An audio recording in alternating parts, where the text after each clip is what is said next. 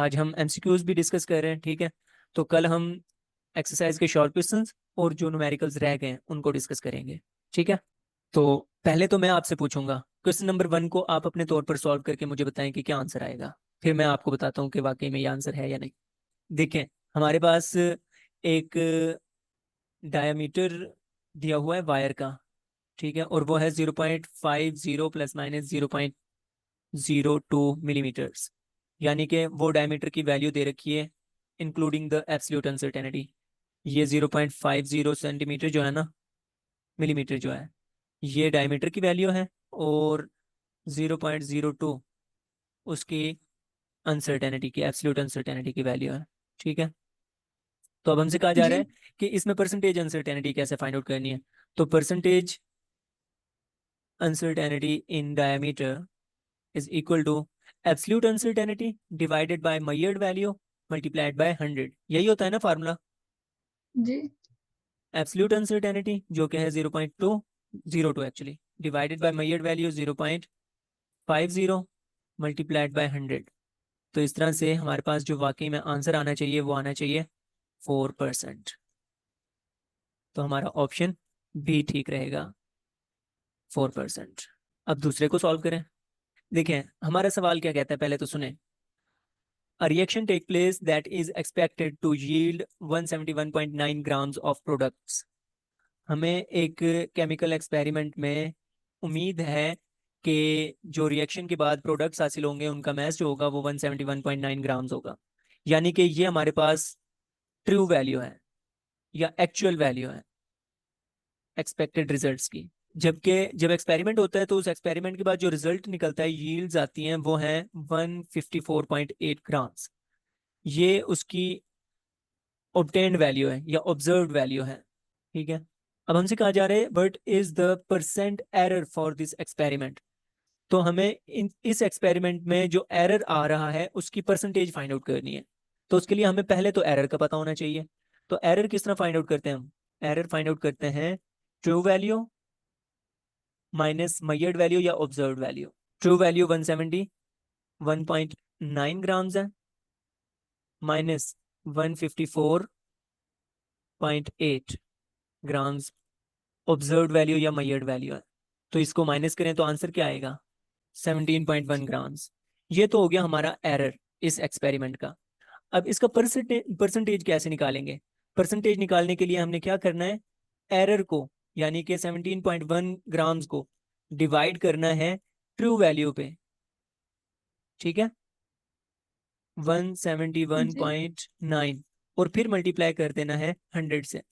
तो इस तरह से हमारे पास क्या आ जाएगा, परसेंटेज आ जाएगी एरर की। Percentage error 9.947। तो 9.9% हमारी बुक में ऑप्शन दिया हुआ है, तो ये ऑप्शन ठीक रहेगा। अब ये जो क्वेश्चंस दिए हुए हैं ये सिर्फ आपको ये समझ लें कि एक प्रोटोटाइप दिया हुआ है। ये एक आपको स्नैरियो दिया हुआ है जैसे सवाल आ सकते हैं पेपर्स में। ज़रूरी नहीं है ये वाले ही सवाल आए। लेट्स सपोज कि हम ना किसी मोबाइल का वेट करते हैं, और वो हम हमें कंपनी ने बताया कि हमारे मोबाइल का वेट होना चाहिए 250 ग्राम्स, ठीक है।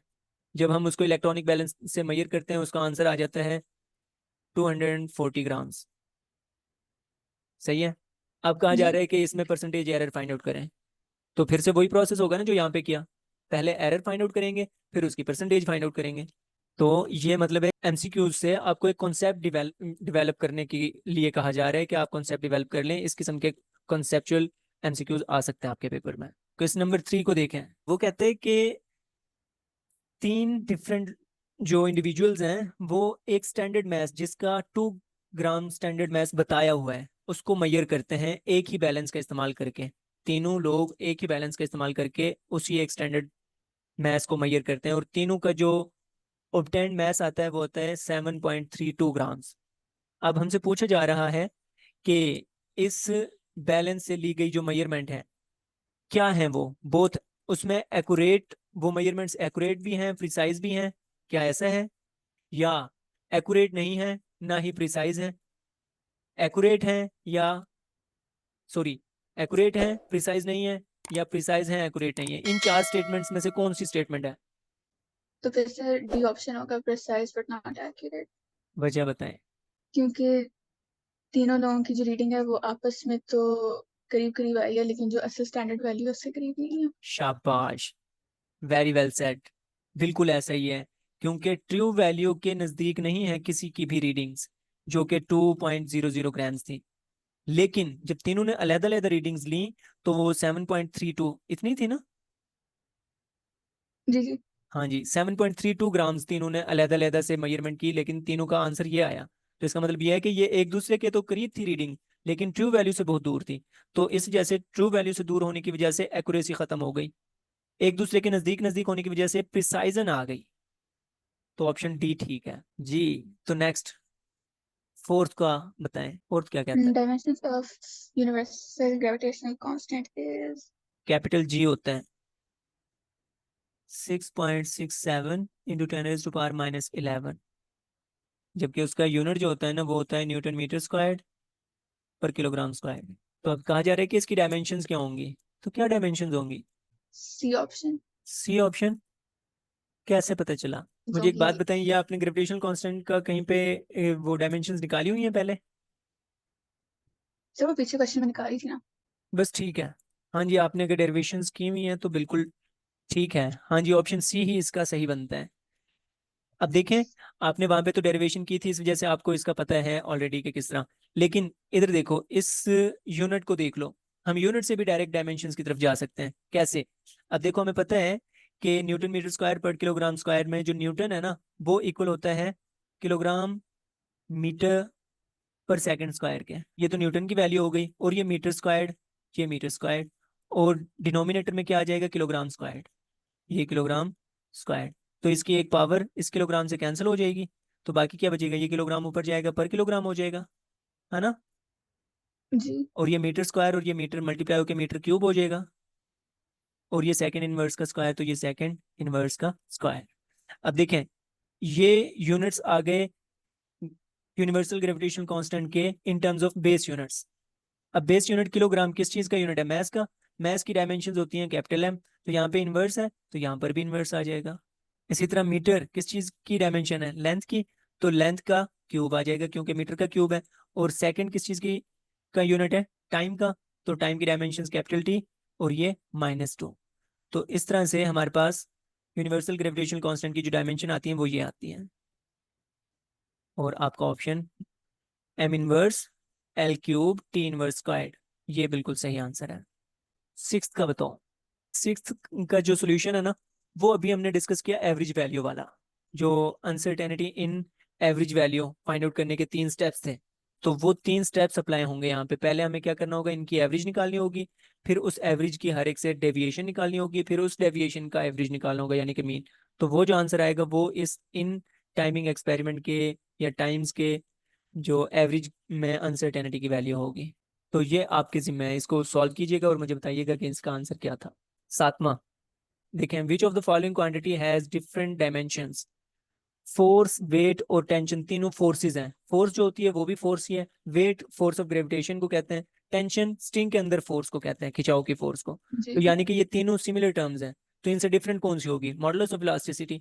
तो इस मॉडुलस ऑफ इलास्टिसिटी का ही यूनिट जो होगा वो इन तीन से डिफरेंट होगा। तो ऑप्शन सी ही ठीक है। आठवां, if the dimensions of a physical quantity are given by L raised to power A, M raised to power B, T raised to power minus C, then the physical quantity will be। मैं बताता हूँ आपको, हम क्या करेंगे, बारी बारी ये सारी ए बी सी, ये जो एक्सपोनेंट्स है ना, इनकी वैल्यूज यहाँ पे पुट करके देखेंगे। जी सही है। और जब हम ऑप्शन ए की ए बी सी की वैल्यूज यहाँ पे पुट करेंगे ना, तो फिर जो डायमेंशंस बनेंगी चेक करेंगे वो डायमेंशन वाकई में फोर्स की बन रही हैं या नहीं। अगर वो फोर्स की बन रही है तो ऑप्शन ए ठीक होगा, अगर वो फोर्स की नहीं बन रही तो ऑप्शन ए ठीक नहीं होगा। ओके, तो हम पहले चेक करते हैं ऑप्शन ए को।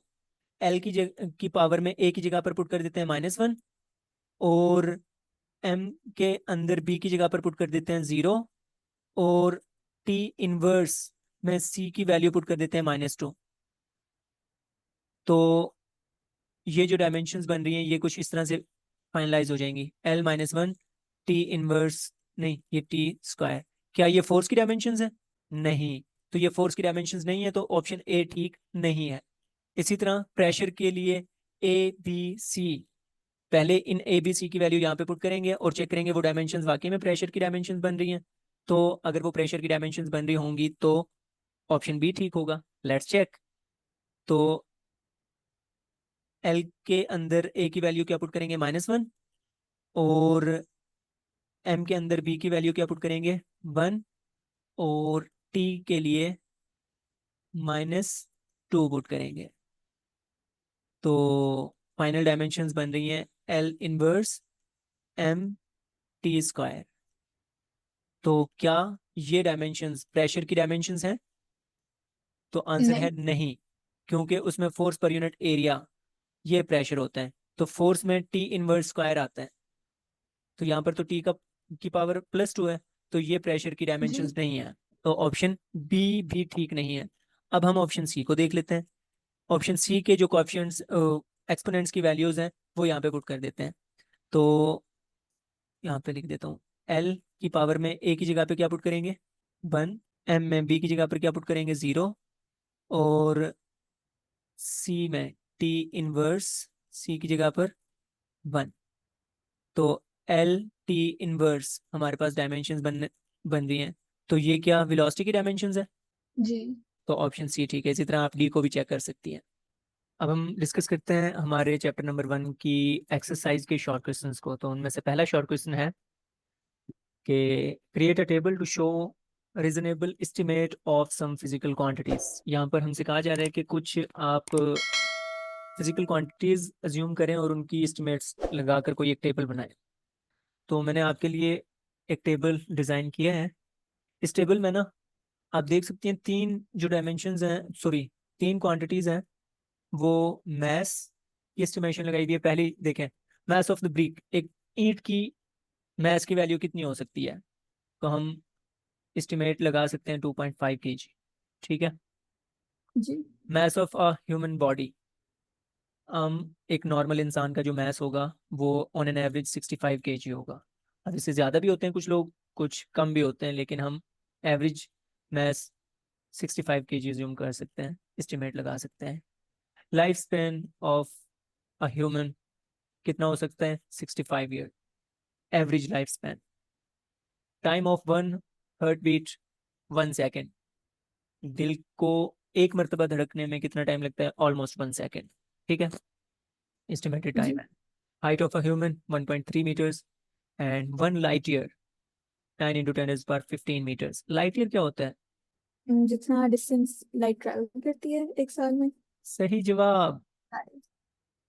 लाइट एक साल के वक्त में जितना डिस्टेंस ट्रेवल करती है ना, उस ट्रेवल डिस्टेंस को 1 लाइट ईयर कहते हैं।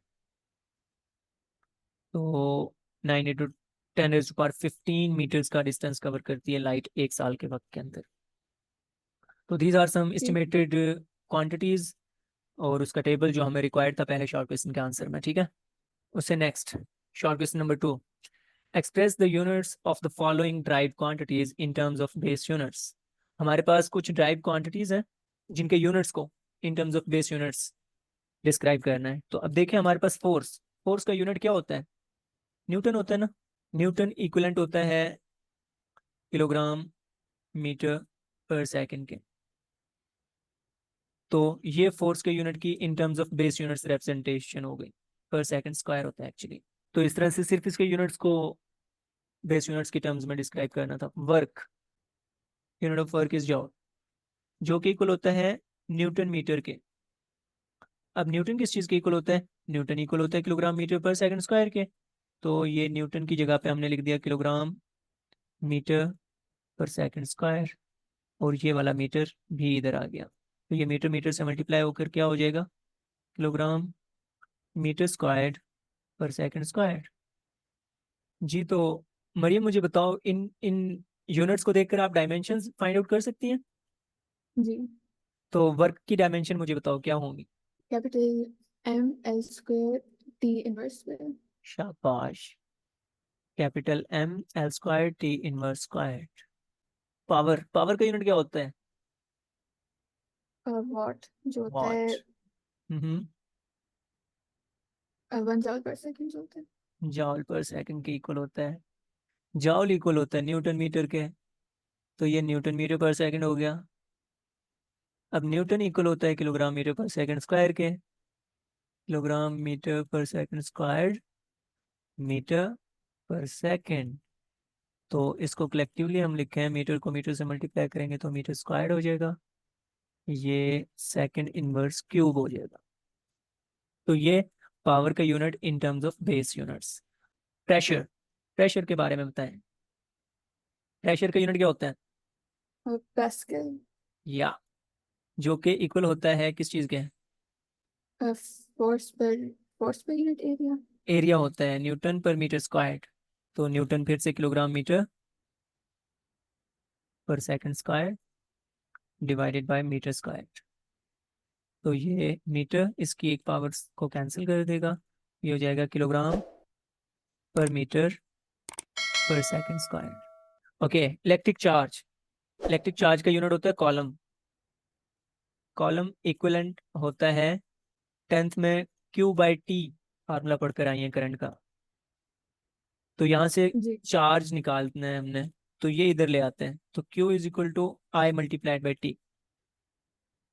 Ampere second is equal to coulomb, सही है, जी। Ampere second.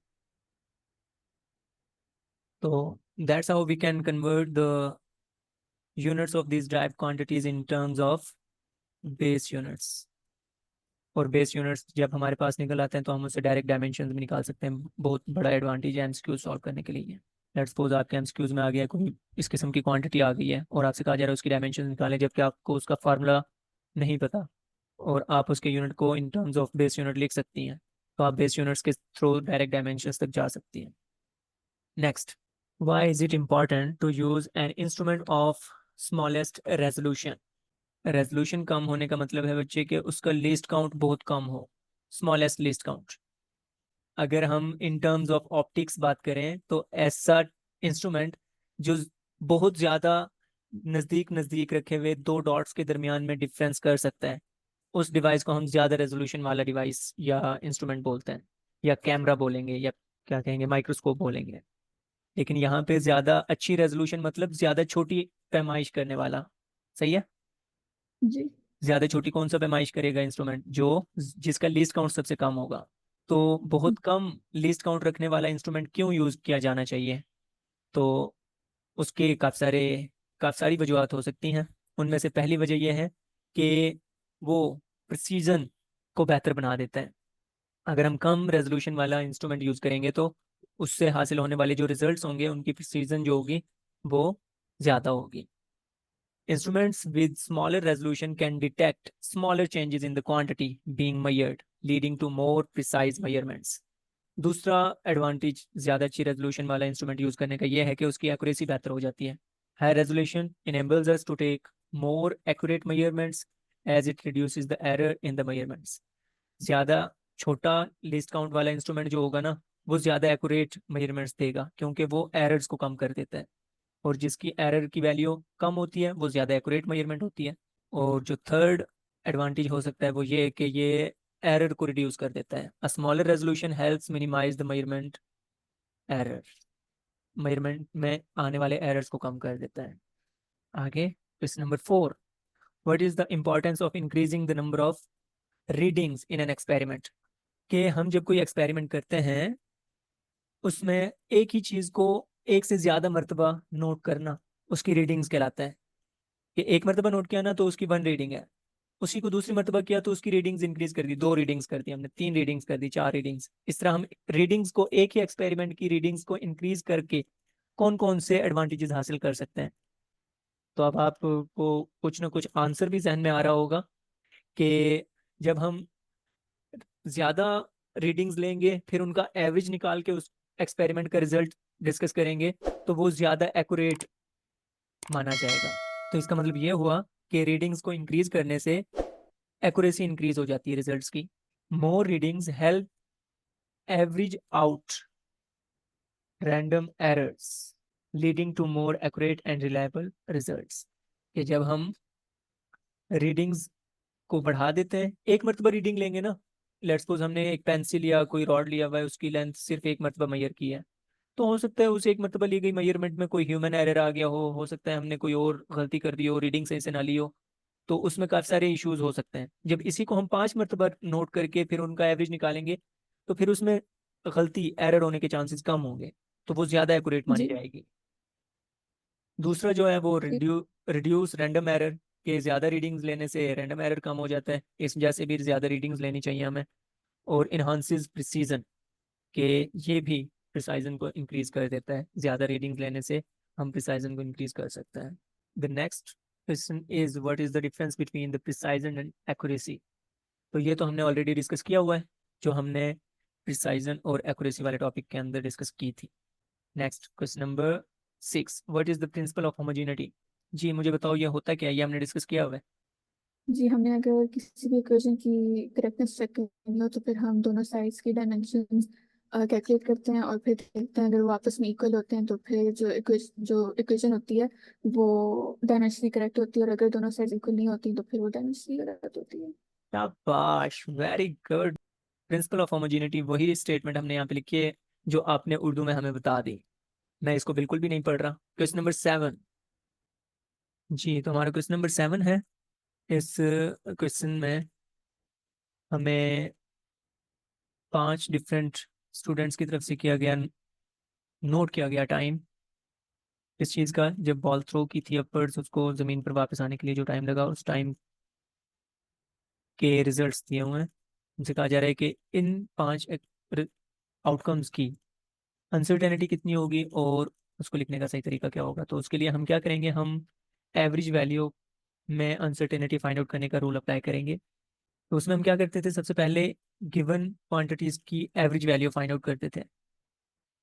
एवरेज निकालने के लिए हम तमाम क्वांटिटीज को ऐड अप करते हैं और उनकी तादाद पे डिवाइड कर देते हैं। तो इन तमाम को ऐड अप करके इसकी जो एवरेज वैल्यू आ रही है वो है 6.1 सेकेंड्स। तो पहले स्टेप में हमने इसकी एवरेज वैल्यू फाइंड आउट करनी होती थी। दूसरे स्टेप में हमने क्या करना होता था कि इस एवरेज वैल्यू से हर एक क्वांटिटी की, हर एक मेजरमेंट की डेविएशन फाइंड आउट करनी होती थी।